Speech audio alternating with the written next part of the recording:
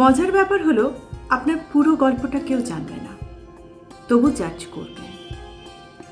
আপনি চুপ থাকলে অ্যাটিটিউড ভাববে, না মিশলে অহংকার ভাববে, মিশুকে হলে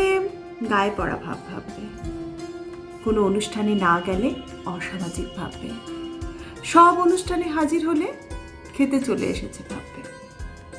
অনুভূতি নিয়ে গদগদ হলে ঢং ভাববে, অনুভূতি না দেখালে পাথর ভাববে, পাবলিকলি কিছু ভালো কিছু দেখালে শো করা ভাববে, বিয়ে না করে 4টে বিপরীত লিঙ্গে বন্ধুর সাথে ঘুরলে চরিত্রহীন ভাববে, বিয়ে করে 4টে বিপরীত লিঙ্গের বন্ধুর সাথে ঘুরলে আরও বড় চরিত্রহীন ভাববে, প্রেমিক বড়লোক হলে গোল্ড গিটার ভাববে,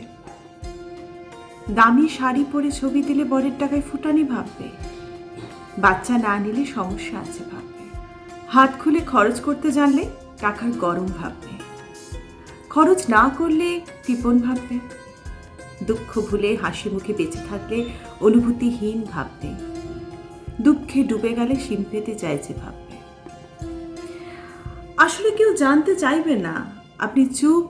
তো কেন চুপ, চোখের জল তো কেন জল, আর কাউকে বিশ্বাস করতে পারলেন না তো কেন পারলেন না, পাথর হলেন তো কেন হলেন,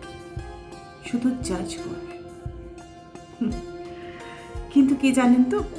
এর মাঝেই থাকতে হবে, নিজে যেমন ঠিক তেমন করে, একটু হেসে পাশ কাটিয়ে, একটু মাথা উঁচু করে লড়ে।